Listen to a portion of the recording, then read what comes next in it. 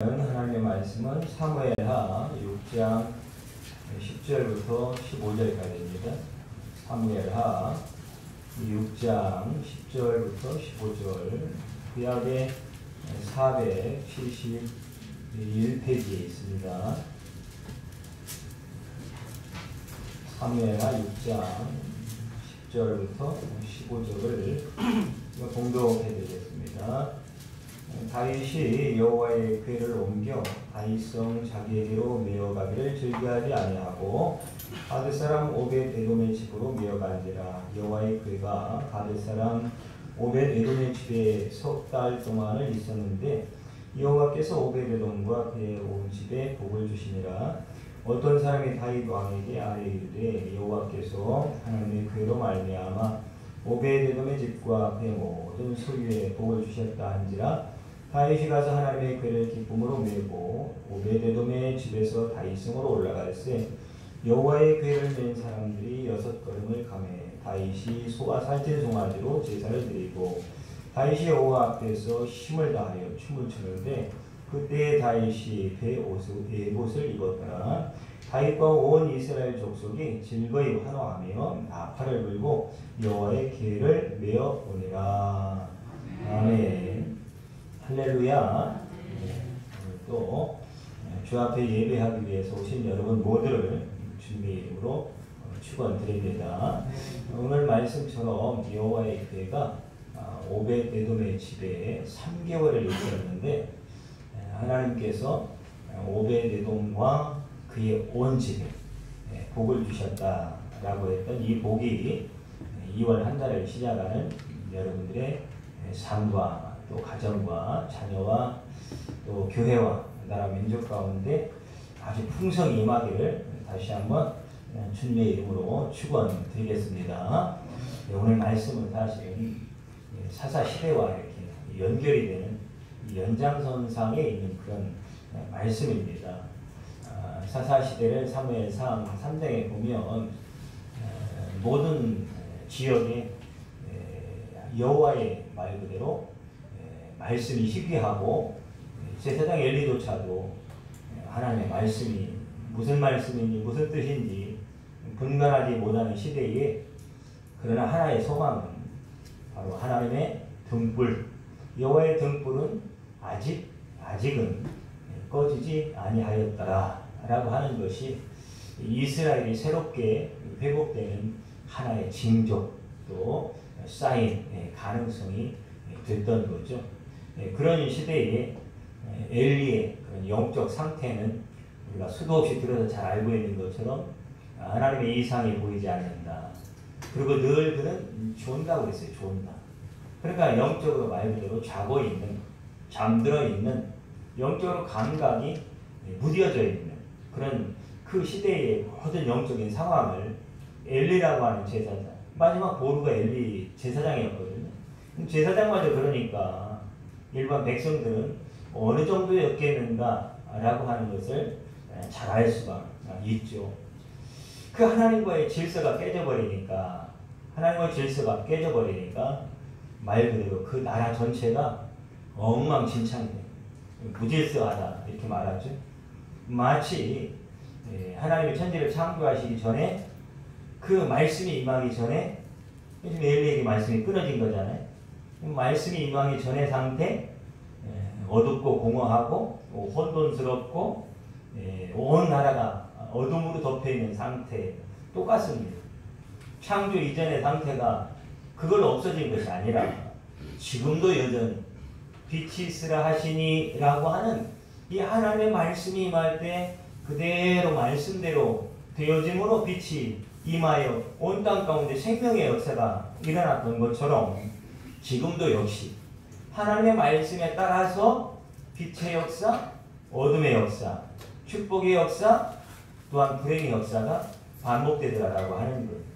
여러분 가운데 은혜의 역사, 축복의 역사가 가득하기를 주님의 이름으로 축원드립니다. 지금도 마찬가지 이런 역사는 계속 일어나고 있다라고 하는 거예요. 그 위계 질서를 말하는 게 아니고 창조 질서를 말하는 창조 질서. 그러므로 말씀 아래에 피조물들이 있을 때 말씀 아래에 사람들이 있을 때, 말씀 아래에 우리 가정이 있을 때, 말씀 아래에 우리 교회가 있을 때, 말씀 아래에 있는 자가 가장 행복한 사람이다라고 하는 거예요. 빛의 역사. 말씀 아래에 있기만 하면 생명의 역사. 말씀 아래에 있기만 하면 오늘도 모든 것이 새롭게 창조되어 더해지는 하나님의 역사. 그래서 말씀 아래에 있는 자, 말씀 안에 있는 자에게 주시는 하나님의 특권이고 축복이다라고 하는 거예요. 그 시대에 그 어린 한 사람이 엘리와는 다르게, 그 시대의 사람들과는 다르게 하나님의 말씀에 귀가 열렸던 사람이 있어요. 그게 바로 사무엘이었습니다. 사무엘은 하나님의 말씀을 듣는 거예요. 그냥 말한다고 듣는 게 아니고 구약에는 여호와의 입으로 하는 말씀, 입으로 한다는 말씀은 직접 하나님이 무슨 의도를 가지고, 무슨 의미로, 무슨 동기로, 무슨 목적을 가지고 그 말씀을 하시는지에 대해서 정확히 이해하고 들었다. 그런 말씀을 생명의 말씀이라고 해요. 생명의 말씀. 그게 여호와의 입에서 나오는 말씀이에요. 지금도 여러분에게 들려지기를 그 말씀이 여호와의 입에서 나오는 말씀이 되기를 축복합니다. 아멘. 그 말씀이 역사가 있는 거예요. 그 말씀만이 생명이 있는 거예요. 이 질서가 다 깨져버렸어요. 말씀 아래에 있는 질서. 가정에도 마찬가지고요. 우리의 인생의 영육간의 문제도 마찬가지예요. 하나님의 말씀 아래에 그 관계가 깨져버리면 인생은 고달퍼지기 시작하는 거예요. 죄의 결과물들을 받아들이면서 악한 그런 일들, 저주의 일들, 불행한 일들이 계속 우리의 삶 가운데 이루어지는 거예요. 그래서 우리의 인생은 언제나 하나님의 말씀 아래에 있어야 돼요. 그 말씀을 벗어나면 안 되는 거예요. 그래서 6일째 창조하시고 7일째 안식하셨다. 그 안식이란 뜻이 그냥 쉬었다라고 하는 개념이 아니라, 우리가 아는 쉬었다라는 개념이 아니라 말 그대로 하나님의 말씀하신 목적대로 모든 세계가 보존되면서 운영되어진다, 이런 뜻이에요. 그러니까 하나님의 목적대로 창조하신 대로, 그리고 그 방식대로 모든 피조물들의 질서가 쫙쫙쫙쫙 이루어져 가고 있었다, 경영되어지고 있었다 라고 하는 말씀이 안식한다, 이런 뜻이에요. 안식이 우리 가운데 깨지면 안 되는 거예요. 모든 우리의 평강의 문제, 평화의 문제, 또한 우리의 모든 인생 가운데 되어지는 일들은 이 안식의 문제가 깨졌느냐, 온전하게 지금 그 은혜를 누리고 있느냐에 따라서 달라지는 거예요. 이 안식은 세상의 어떤 환경으로부터 차단되지 않아요. 영향을 받지 않아요. 왜 그러냐면 내 안에 계신 주님으로부터 내 배에서 생수가 솟아남과 같은 은혜 가운데 되어지는 일들이기 때문에 우리의 물질적인 형편, 또 건강이나 어떤 여러 가지 환경의 문제 때문에 그것이 흔들리지 않는다라고 하는 거예요. 이게 바로 하나님이 주시고자 했던 질서 안에 있는 자의 참된 행복, 기쁨, 안식이다라고 하는 거예요. 그러니까 사무엘은 한마디로 생명의 말씀, 이것은 뭐 배움이 아니라, 또 어떤 학력이 아니라, 지식이 아니라, 이 말씀은 사무엘의 심령을, 비록 어린 나이였지만 그는 태어나서부터 돌지나서 바로 그 할례 받고서 그 성전에서부터 살기 시작했으니까, 여러분 하나님의 말씀은 어리고 나이 먹고 뭐 몇십 년 신앙생활하고 엊그저께 믿었고 그거 별 의미가 없어요. 차이가 없어요. 여러분 그 말씀은 누구에게 떨어지든지 간에 그 마음이 옥토가 되기만 하면 그 생명의 씨는 순식간에 자라서 새들이 깃들고 많은 열매를 가져다주는 하나님의 축복의 산물을 우리가 경험할 수 있다라고 하는 거예요. 그 시대를 사사기 21장 25절에 보면 자기소견에 옳은 대로 누가 없으므로 왕이 없으므로, 모든 사람들이 자기소견에 옳은 대로 사는데 자기소견이 없는 사람이 하나 있었어. 그게 바로 사무엘이에요. 엘리와 사무엘의 차이는 단 한 가지. 모든 사람들과 사무엘이 다른 점은 단 한 가지. 모든 사람들은 자기 소견이 있어. 그래도 우리가 어떤 아이들을 보면 천재, 소견머리 있네, 뭐 없네 이렇게 말하잖아요. 네. 그런데 우리가 말하는 육신적인 소견머리와 하나님이 말하는 소견머리가 다른 거예요. 그래서 사람들은 야, 쟤 소견머리 있네라고 할 땐 성경이 말하는 소견머리하고는 다릅니다. 여기 성경이 말하는 소견머리라고 하는 것은 말 그대로 자기의 생각과 주장이 아니라 말 그대로 자기가 보기에 옳은 것이 아니라 하나님 보시기에 옳고 하나님 원하시는 그 은혜가 있고 비전이 있고 꿈이 있고 하나님의 뜻하신 바가 그러므로 하나님이 나를 통해서 이루고자 하는 비전을 품고 뜻을 품은 사람, 그 하나님의 말씀을 내 삶을 통해서 드러내는 사람, 이게 바로 사무엘상 4장 1절에 보면 사무엘이 전한 말이, 사무엘의 말이 단에서 브엘세바까지 온 이스라엘 전역에 전파되었다 그래요. 여러분 그 당시에는 뭐 스피커도 없고 인터넷도 없는데 단에서 브엘세바까지라면 전 온 이스라엘을 말하거든요. 이스라엘 땅에 기가 막히게 신속하게 사무엘이 그 하나님의 말씀이 사무엘을 통해서 성취되고 있고 이루어지고 있고 하나님의 사무엘을 붙들고 하나님이 말한 것을 이 땅 가운데 보여지도록 사용하시는 축복의 동료가 되었다라고 하는 소식이 들려진 거예요. 하나님이 우리와 저와 여러분들이 이 땅에 보내신 목적이 뭘까요? 오늘도 이 어려운 가운데에도 불러 모으신 이유가 뭘까요? 저와 여러분들 통해서 하나님을 보여주고 싶은 거예요. 하나님의 말씀이 나를 통해서 이루어지는 것을 보여주고 싶은 거예요. 이런 여러분 축복의 통로로 쓰임받기를 바랍니다. 하나님이 이 일을 지금도 하기를 원하셔요. 그 시대와 상관이 없어요. 오히려 엘리야와 같이 또한 이스라엘 백성들처럼 영적으로 어둠이 몰려오는 그런 시대야말로 이런 자기 소견이 아니라 하나님의 소견을 가진 자, 하나님의 비전을 품은 자, 하나님의 말씀을 담아내는 자들을 주님은 찾고 있다라고 하는 거예요. 이 말씀과 계속 연결이 되는 거예요. 그래서 사무엘상 4장 1절 하반절에 보면 하나님 이제 전쟁이 시작이 돼요. 전쟁. 갑자기 하나님이 쓰실 사람이 엘리에서 사무엘로 바뀌면서 갑자기 전쟁이 시작돼요. 그 전쟁에 이제 드디어 이스라엘 백성들이 출전을 했는데 말 그대로 거기서 대패하고 약 한 4,000명이 죽은 거예요. 죽은 거예요. 야, 이상하다. 왜 우리가 전쟁에 패했을까? 아마도 우리가 언약궤를 가지고 가지 않아서 그랬을 것이다. 그렇게 판단하는 거예요. 이번엔 언약궤를 가져가면 승리하겠지. 언약궤를 가지고 간 거예요. 웬걸? 안 가지고 갈 때는 4,000이 죽었는데 언약궤를 가지고 왔더니 3만이 죽은 3만이.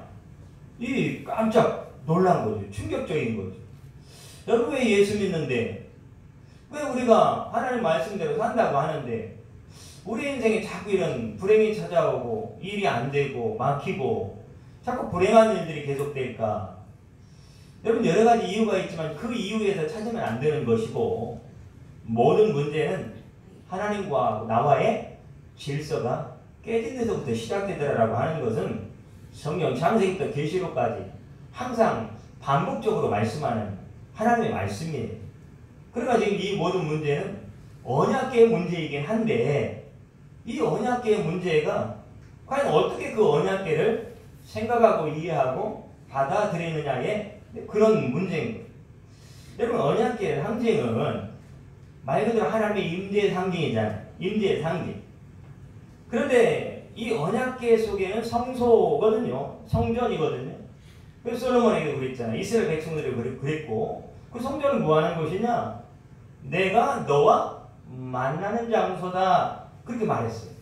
내가 너와 만나는 장소, 이게 회막이라는 뜻이거든요. 이게 장막이라는 뜻이거든요. 교회는 하나님이 나와 만나는 장소인 줄 믿으시길 바랍니다. 만나야 돼요.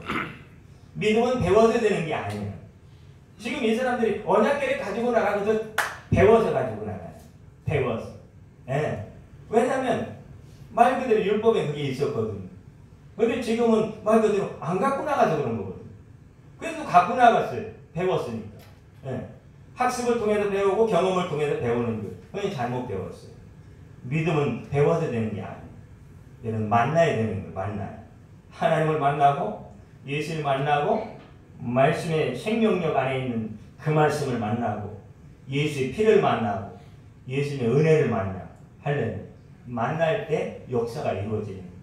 그러니까 말 그대로 언약궤는 한마디로 예수의 피가 흐르는, 그러므로 거기서 만나겠다라고 하는 것은 예수의 피를 너의 가운데 부어주겠다.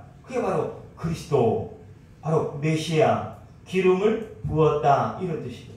구약에는 기름이지만 신약에는 십자가의 피를 말해. 예수님의 피. 그러니까 내가 너와 만나겠다라고 하는 것은 예수의 피를 너에게 부어주겠다 그 말. 그러니까 예수의 피가 여러분 배워서 가지고 갈 수 있는 겁니까? 아니면 배워서 내가 뭐 어떻게 이용할 수 있는 겁니까? 뭐 그게 있으면 뭐를 해먹을 수 있습니까? 뭐 돈이 생깁니까? 뭐가 생깁니까? 여러분 이건 배워서 되는 게 아니라는 거예요. 체험이에요, 체험. 만남 가운데 이루어지는. 예수의 피를 만나야 되는. 그게 바로 이스라엘 가운데는 없었다라고 하는 거예요.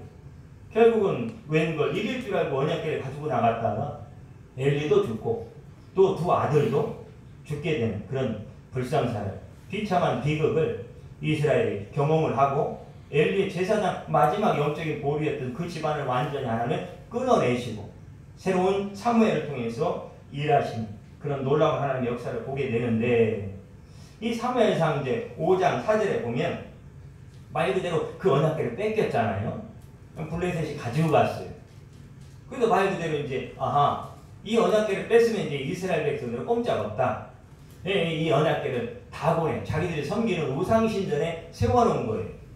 세워놓고도 거기다 옆에 놔뒀더니 그 다음날 가봤더니 아니 이상하게 자기들이 섬기는 다곤 신상이 땅에 그냥 엎드려서 꽝 하고 얼굴 그냥 땅에 찧어서 그냥 내동댕이 쳐져 있는 거예요. 그리고 팔, 다리 다 잘라져 버린 거예요. 아니 이게 무슨 일일까? 도대체 아니 하나님의 그 언약궤 있으면 될 줄 알았는데 오히려 우리가 섬기는 그 다곤 신상을 다 깨뜨려 버렸고 파괴해 버렸다라고 하는 거예요. 여러분 우리 가운데 이런 삶들이, 이런 현실들이 굉장히 많습니다. 마치 예수님을 말 그대로 어떤 다곤 신상처럼 생각하는, 그게 말 그대로 우리의 삶을 다리를 자르고 팔을 자르는 일인지도 모르면서 말 그대로 생명 없는 신앙생활, 이게 바로 예수님 피가 없는 신앙생활이나 또한 우상숭배하는 다곤 신상을 섬기는 블레셋 사람들이나 별 차이가 없는 거예요. 별 차이가. 어차피 예수 생명 없는 건 똑같아요. 그런데 하여튼간에 이 사인은 블레셋에게 주는 사인이었거든요. 그게 너무 두려운 거예요. 그래서 그 언약궤를 말 그대로 이제 보내버리는 거예요. 보내버리는 거예요. 그래서 이제 베스메스로 보내자. 이렇게 베스메스로 이제 보내는 거예요. 그런데 베스메스는 사실 유다 지파가 레위인들에게 준 땅이거든요. 그럼 그 땅에 지금 누가 살고 있느냐면 레위인들이 살고 있는 거예요. 레위인들은 누굽니까? 누구보다도 이 하나님을 대하는, 하나님을 섬기는, 하나님과 어떤 관계를 가져야 하는지를 잘 알고 있고 다른 사람들에게 가르쳐주는 사람이에요. 그 사람들이 이 언약궤를 어떻게 대하는지를 한번 말씀을 통해서 보겠습니다. 자, 사무엘상 6장 19절입니다. 좀 앞으로 가면 되니까 앞에도 나오긴 나와요. 찾기 어려우면 앞에 보시면 돼요. 사무엘상 6장 19절입니다. 자, 6장 19절 같이 읽습니다. 시작. 베스메스 사람들이 여호와의 궤를 들여다본 까닭에 그들을 치사 5만 70명을 죽이신지라. 여호와께서 백성을 쳐서 크게 살려가셨으므로 백성이 슬피 울었더라. 아멘. 여러분 뭔가 굉장히 심각한 어떤 현실이 보이지 않습니까? 앞에서는 언약궤 때문에 4천이 죽고 3만이 죽고, 오늘 여기에서는 베스메스로 갔는데 5만 몇 천이 죽었더라? 70명이 죽었어. 여러분 이 시대가 그 시대도 마찬가지지만 이게 무슨 얘기냐? 언약궤 없었으면 죽는다 안 죽는다? 안 죽을 일을 언약궤 있어서 이 많은 지금 사람들이 죽는 거예요. 여러분 굉장히 이게 묵상을 많이 해야 될 부분이에요. 우리가 하나님의 말씀, 하나님을 믿고 예수를 믿는 게 맞아요. 그런데 그 예수님을 모르고 믿으면, 그 말씀을 모르고 받으면, 그 말씀이 생명으로 내 심령을 움직이지 않으면, 그 생명의 피와 내가 만나지 않으면 그 말씀이 오히려 우리를 뭐 할 수 있다? 죽일 수 있다. 굉장히 중요한 말씀이에요. 이것을 종교라고 해요. 종교. 이걸 우상숭배라고 해요.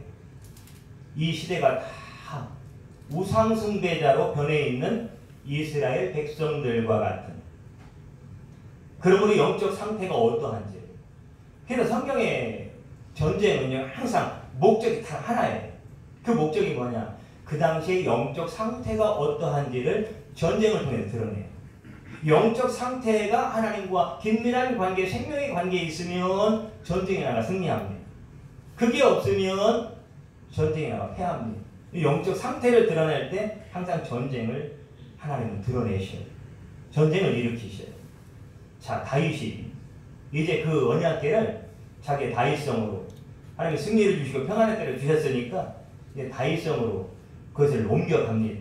그 내용이 사무엘하 6장에 나와요. 사무엘하 6장. 자, 사무엘하 6장. 오늘 이제 6절과 7절을 안 읽었는데 히타 꺼도 될 것 같아요. 좀 덥죠? 자, 사무엘하 6장 6절과 7절 우리 함께 읽습니다.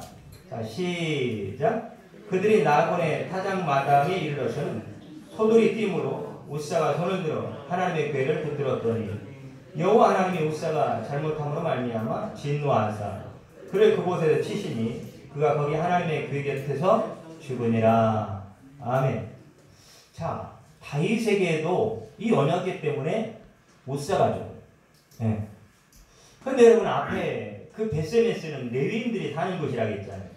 그럼 누구보다도 하나님을 어떻게 대해야 되는지를 아는 사람들일 텐데, 한마디로 하나님을 어떻게 받아들이고 하나님의 말씀을 어떻게 이해해야 되고 하나님과 나와의 관계가 어떠해야 되는지를 레위 사람들조차도 몰랐다는 거예요.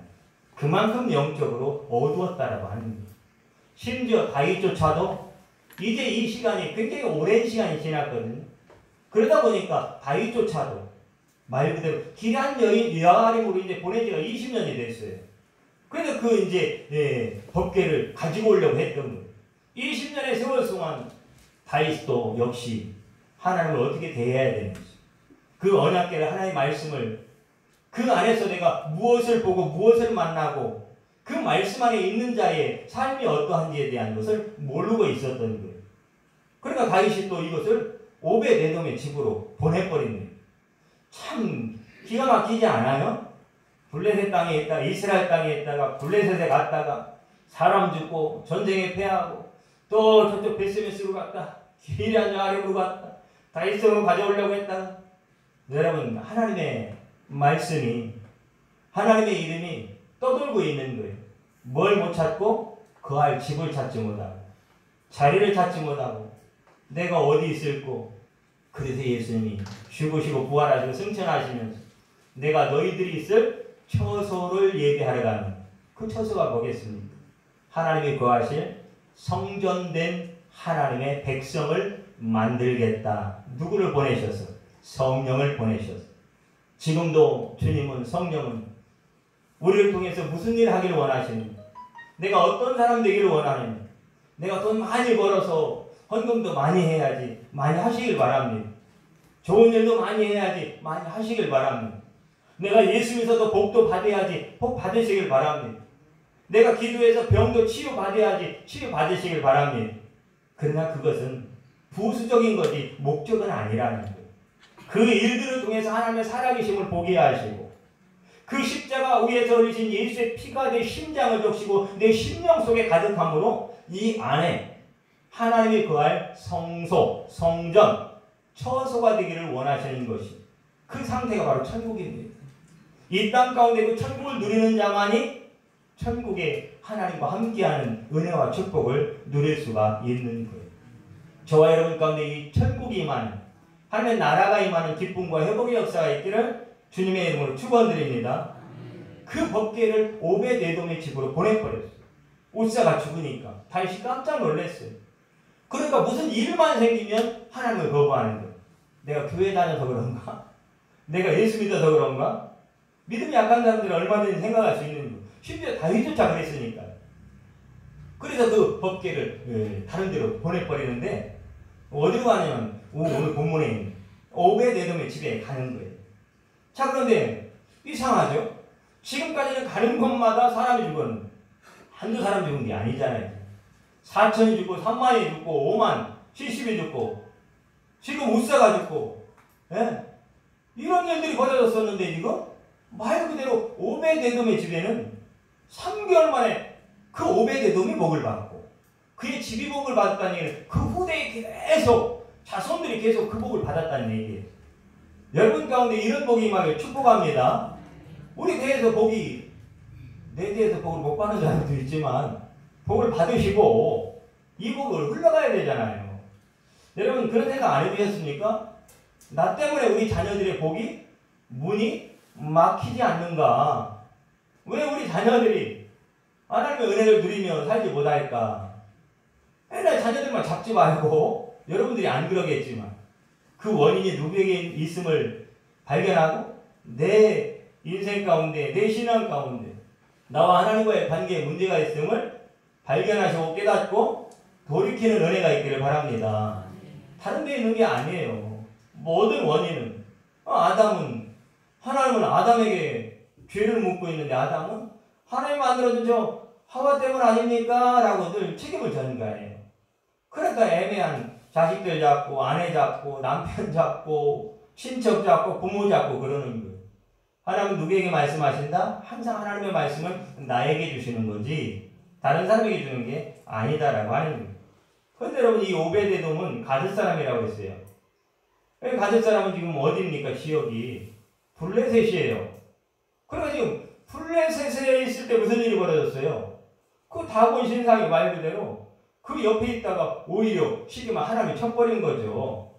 블레셋 우상을 섬기고 있는 자들에게 살아계시는 하나님의 역사, 하나님만이 참된 신이라고 보여준 거잖아요. 그곳으로 다시 간 거예요. 돌고 돌아서 블레셋 땅으로 다시 가는 거예요. 아니 전에는 사람이 죽었는데 다곤 신상이 목이 부러지고 팔다리가 부러졌는데 이번에는 사람만 바뀐 거예요. 땅은 지형은 똑같은데 나라는 똑같은데 이번에 오베데돔의 집에 또 그 오베데돔 가운데 하나님 온 집에 복을 주는 놀라운 축복이 일어났다라고 하는 거죠. 그 이유가 뭘까? 오늘 말씀을 통해서 그 이유를 찾고 이제 여러분 가운데 이 복을 저는 주고서 말씀을 마치려고 하는 거예요. 자, 10절 봅니다. 10절 우리 다시 한번 같이 읽습니다. 시작. 다윗이 여호와의 궤를 옮겨 다윗성 자기에게로 메어가기를 즐겨하지 아니하고 가드 사람 오베데돔의 집으로 무한지라. 거기 다른 게 뭐가 있어요? 그렇죠. 다윗은 메어가기를 즐겨하지 아니하고 오베데돔의 집에는 메어가기를 반대로 즐겨했다는 얘기예요. 그럼 3절 볼까요? 3절. 자, 시작. 그들이 하나님의 궤를 새 수레에 싣고 산에 있는 아비나답의 집에서 나오는데 아비나답의 아들 우사와 아요가 그 새 수레를 모니라. 자, 3절에 보니까 또 누굽니까? 우사하고 아요가 그 언약궤를 수레에 싣고 가는 거예요. 수레에. 문제가 어디 있었다? 수레에 싣느냐 어깨에 매느냐 이 차이였어요. 이 차이. 여러분 우리가 참 여기서 생각할 게 참 많아요. 여러분 새 수레를 가지고 짐을 나르면 쉽고 그죠? 언약궤 뿐이겠습니까? 다른 것도 실을 수 있죠. 아니 왜 하나님은 참 고지식하게 지금이 어느 시대인데 여러 가지 좋은 방법 많은데 왜 수레로 하면 더 능률적이고 효율적인데 아니 꼭 어깨에 메고 가라고 할까? 여러분 얼마든지 우리가 방문할 수 있는 그런 내용들이에요. 그래도 우리는 자기 방식대로 이렇게 하면 효율적이겠다. 이렇게 하면 더 많은 결실을 거두겠다. 이렇게 하면 더 교회가 잘 되겠지. 이렇게 하면 우리 가정이 더 잘 될 거야. 이렇게 하면 우리 사업도 더 잘 될 거야. 여러분 이런 모든 지식의 체계는 그러나 다 여러분 어디서 여러분이 습득한 거냐면 사실은 세상 가운데에서 습득한 것들이 거의 대부분입니다. 어떤 누가 물론 사무엘 같이 하나님의 말씀이 열려져서 진리가 돼서 그 말씀을 사무엘을 통해서 성취되는 그런 믿음의 사람도 있는 반면에 그러나 그런 사람이 많았다면 소돔과 고모라 땅에 하나님의 백성 의인이 많았다면 그 소돔과 고모라 땅을 하나님 멸망시키겠습니까?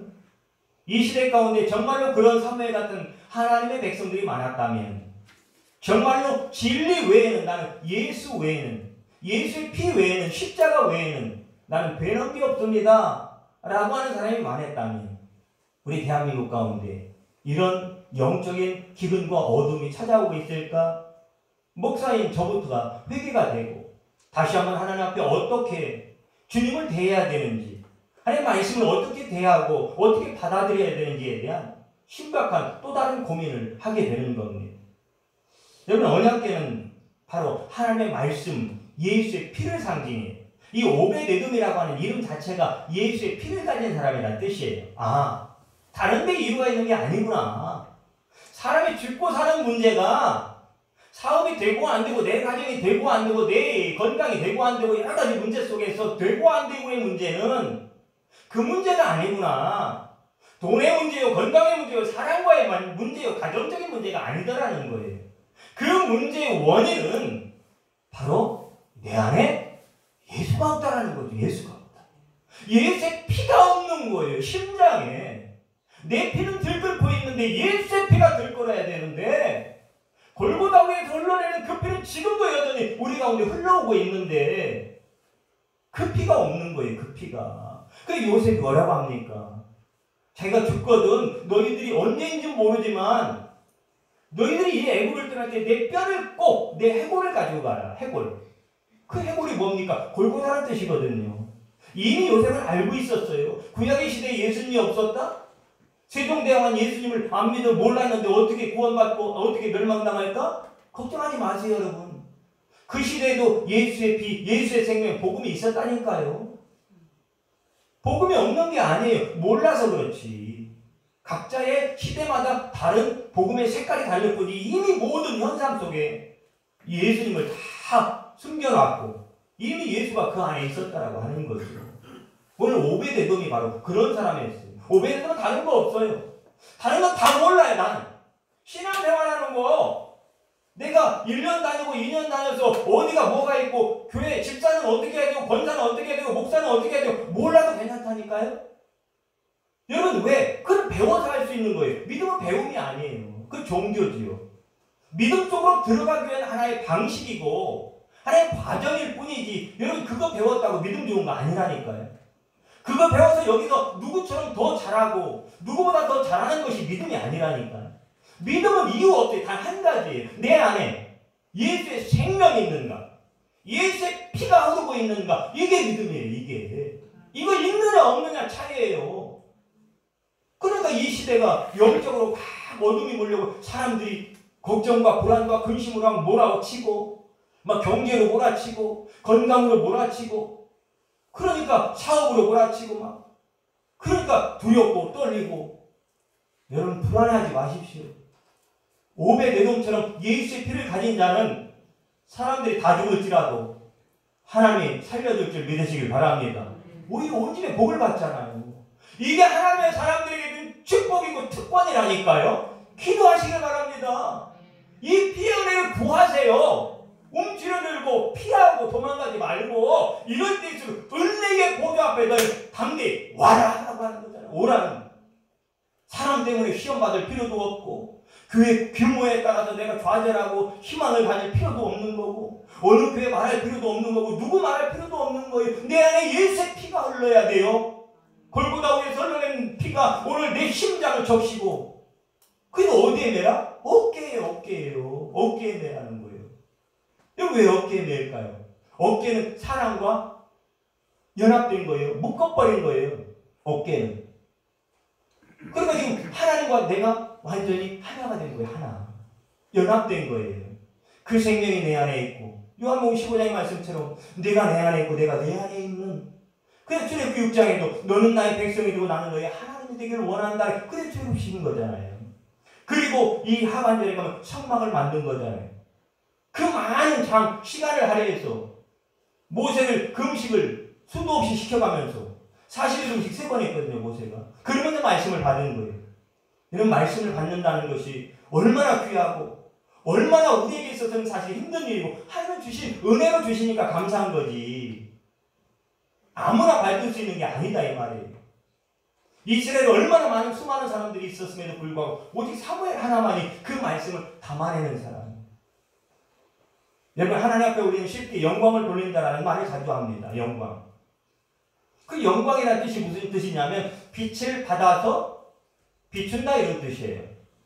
그럼 자꾸 우리가 있는 것으로 뭔가를 해서 하나님 앞에 영광을 돌린다고 해요. 여러분 정말로 하나님께 영광은 내가 주 안에 있는 게 영광인 거예요. 내가 그리스도 안에 있는 게 영광이고 말씀 안에 거하는 것이 영광이라니까요. 그러면 나는 이미 소금이 됐고 빛이 됐기 때문에 아까 방금 기도했던 것처럼 우리가 소금이고 빛으로 이 세상 가운데 비추고 맛을 내길 원합니다. 기도했잖아요. 여러분 소금처럼 사는 게 아니고 빛처럼 사는 게 아니에요. 우리 자체가 소금이고 빛이라니까요. 그러므로 저와 여러분들이 가는 곳에는 소금의 역사가 그냥 일어나는 거예요. 빛의 역사가 그냥 일어나는 거예요. 그 빛을 보고 어둠이 떠나가는 거예요. 맛없는 것이 맛이 생기고 살아나고 살만 나는 세상이 되는 거예요. 그들의 인생 가운데 천국이 열어지는 거죠. 우리는 너무 쉬운 방법으로 자꾸 수레를 만들어가지고 더 많이 싣고 가고 싶은 거예요. 더 많이. 그럼 또 잘한다고 박수 쳐줘요.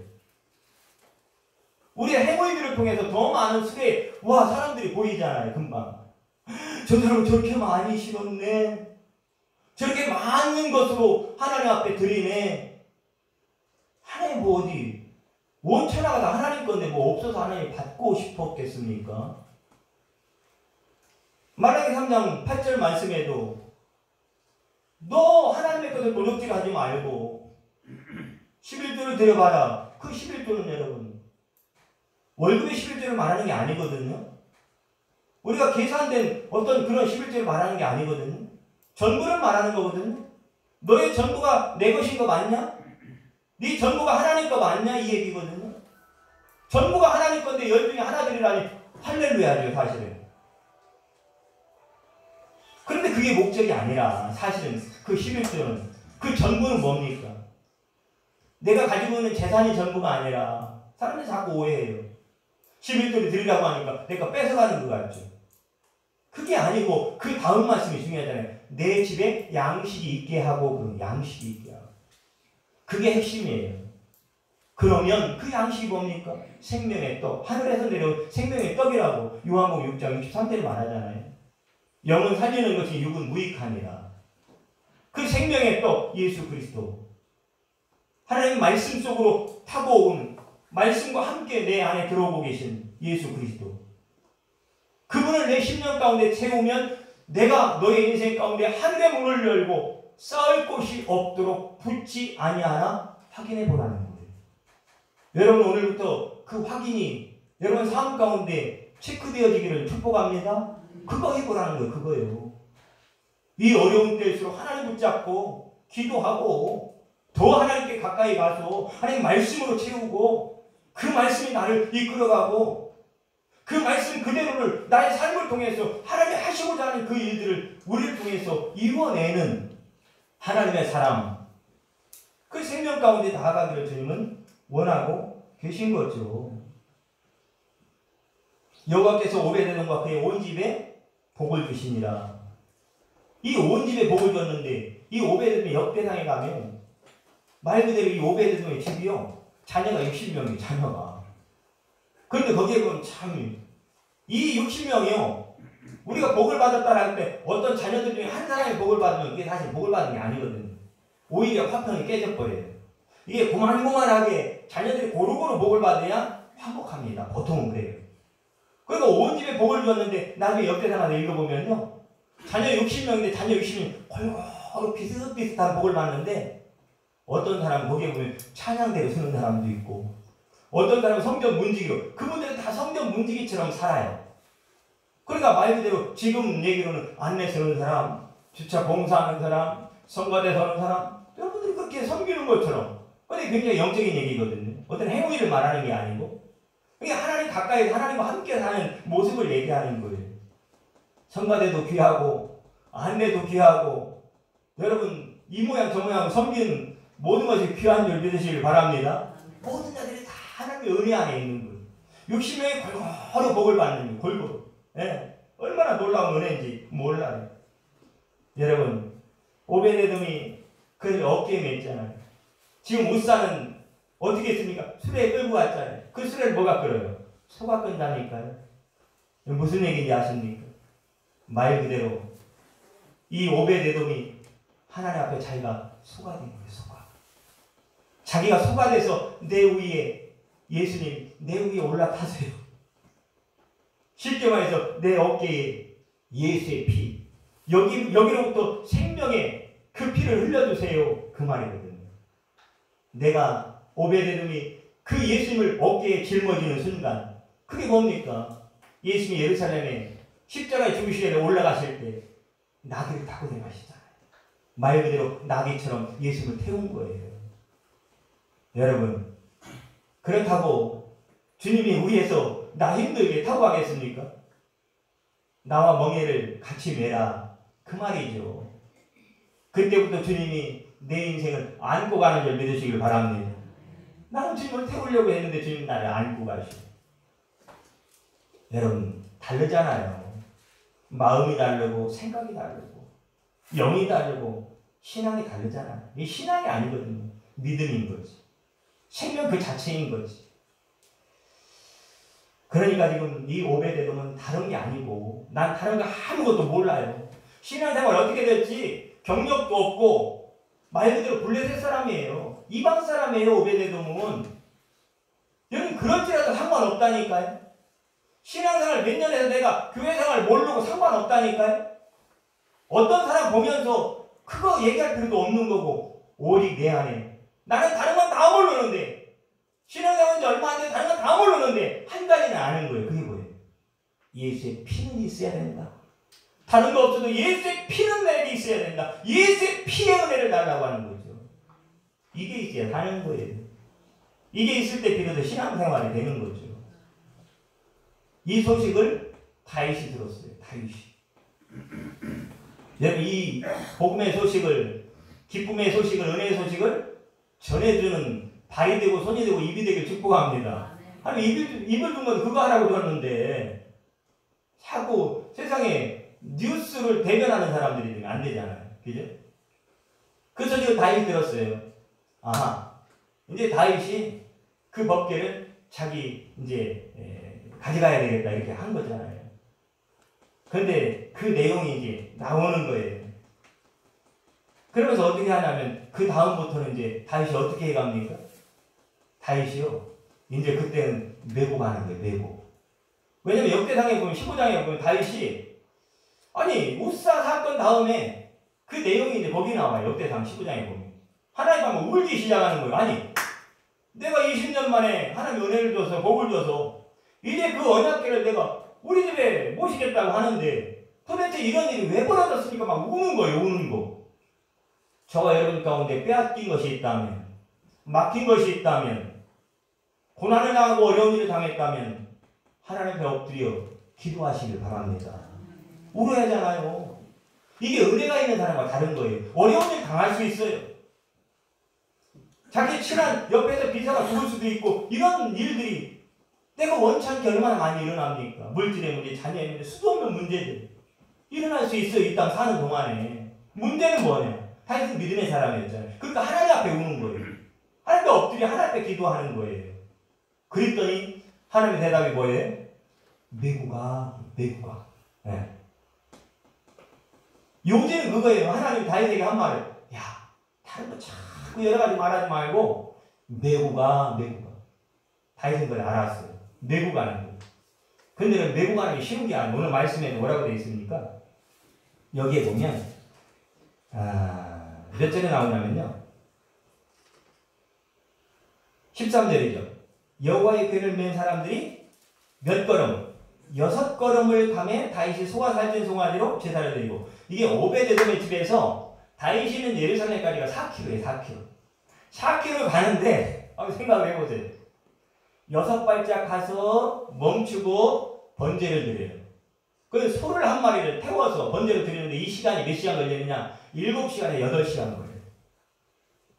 이 6시간 발걸음 가서 8시간을 손을 잡아서 번제를 드리고, 또 6걸음 가서 서가지고 번제를 드리고, 또 6걸음 가서 번제를 드리고.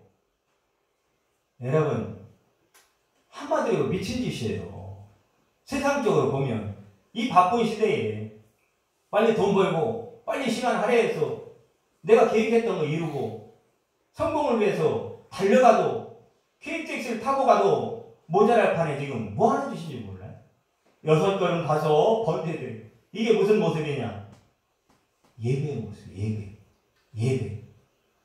그러면서 왜 이렇게 하나님은 다윗을 이렇게 메어가도록 했을까요? 이 시간이 더디고 힘들지만 이 시간을 통해서 지금 예수님은 골고다에 걸린 그 예수의 십자가의 피를 다윗의 어깨부터 심장으로 마음 중심으로 무릎으로 발끝으로 지금 피를 흘려주고 있는 거예요. 골고다의 십자가의 피가 지금 다윗의 몸속에 흘러가기 시작하는 거예요. 그 예배입니다. 예. 우리의 삶의 회복은 거기서부터 시작되는 거예요. 예수의 피가 내 어깨로, 이 머릿속에 온통 세상의 생각이 아니라 진리가 내 생각을 지배하고 내 생각을 통치하고 내 생각을 결정하고 내 생각을 인도하면서 그 생각이 심장으로 가슴으로 와서 그 가슴이 10년 가운데 예수의 피가 펄펄펄펄 끓어 콸콸콸콸 흘러 넘쳐서 그런 사람이 가는 곳에는 이와 같은 놀라움. 그 예배를 통해서 결국은 도착지까지 딱 도착하잖아요. 그때 다윗이 너무 기뻐가지고 이제 완전히 찾아온 거잖아요. 그 시간 예배를 통해서 다윗에게 지어졌던 모든 율법의 그런 짐들이, 죄의 옷들이 하나하나 그 예배를 통해서 벗겨진 거예요. 도착할 때 그게 다 벗겨지니까 얼마나 홀가분하고 얼마나 기쁘고 얼마나 행복한지 옷이 내려가는지도 모르게 예수의 피에 그 은혜와 기쁨이 뭔지 아는 거예요. 골고다 위에서 나를 위해 흐르신 예수의 구원의 구속의 대가, 그 피 흘림이 얼마나 나에게 반드시 있어야 할 것, 얼마나 소중하고 이것 없이 살았던 것에 대한 후회와 탄식과 회개와 이 눈물이 강을 이룬 거죠. 그걸 통해서 내 죄의 짐이 싹 벗어지고 나니까 누구도 말릴 수 없는 기쁨에 춤을 추게 된 거예요. 할렐루야. 저 여러분 가운데 이런 은혜가 있기를 바랍니다. 신앙생활은 탐구하지 마세요. 오직 디모데후서 1장 4절에 보면 말씀과 기도로 거룩하여지니라. 말씀과 기도. 여호수아 6장에 보면 우리가 내일을 위해서 준비해야 될 게 뭡니까? 라고 내일을 위해서는 아무것도 준비하지 마. 내가 다 책임져주고 내가 다 준비해 줄게. 뭘 준비해야 됩니까? 내일을 위해서 너희는 거룩을 준비하라. 우리가 내일 잘 되길 원하죠? 1년 후에 잘 되길 원하죠? 여러분들의 자녀들의 미래가 잘 되길 원하죠? 무엇을 준비해야 될까? 저와 여러분 가운데 말씀과 기도로 거룩하여지니라. 이 말씀을 흘려보내줄 수 있는, 골고다 위에서부터 흘러내린 십자가의 보혈 그 피를 흘려보내줄 수 있는, 그러므로 여러분의 가정이 살 것이고, 할렐루야. 여러분들의 사업과 여러분 손에 사는 모든 일들과 이 땅에서 하나님의 역사를 위해서 필요한 모든 곳에 그 물이 닿는 곳마다, 그 은혜가 닿는 곳마다, 그 피가 닿는 곳마다 모든 것들이 다시금 살아났던 것처럼 저와 여러분들 통해서 모든 가정과 모든 것들이 여러분들 닿는 곳마다 만나는 사람마다 살아나고 회복되는 놀라운 하나님의 은혜와 생명력 있는 믿음의 증거들이 있기를 주님의 이름으로 축원드립니다. 기도합니다. 주님, 우리는 이 승리를 향해 달려가는 사람들, 이미 우리는 십자가에서 사단의 팔과 다리와 목을 다 꺾어버리고 잘라버린, 그 머리조차도 밟아버린 예수님의 승리를 가지고 있는 사람들이고, 이미 승리를 향해서 달려가는 사람들이고, 우리는 그 은혜를 향해 달려가는 사람들임을 기억하게 하시고, 오늘도 이 땅 살면서 울기도 하고 힘들기도 하고 세상 사람들의 조롱을 받기도 하지만 우리가 그날이 있음에 감사하고 지금도 뚝뚝 내 심장에 흘러내리는 예수의 피, 반드시 우리를 인도하시고 승리케 하실 것이라는 이 확실한 믿음을 가지고 오늘도 담대히 은혜의 보좌 앞에 나아가 그 피 흘리심의 은혜와 놀라운 능력과 승리와 축복을 가지고 세상 가운데 나아가 우리의 가정이 살고 모든 것을 살려내는 하나님의 복음과 생명과 축복의 통로로 쓰임받게 하여 주시옵소서. 예수님의 이름으로 기도드립니다. 아멘.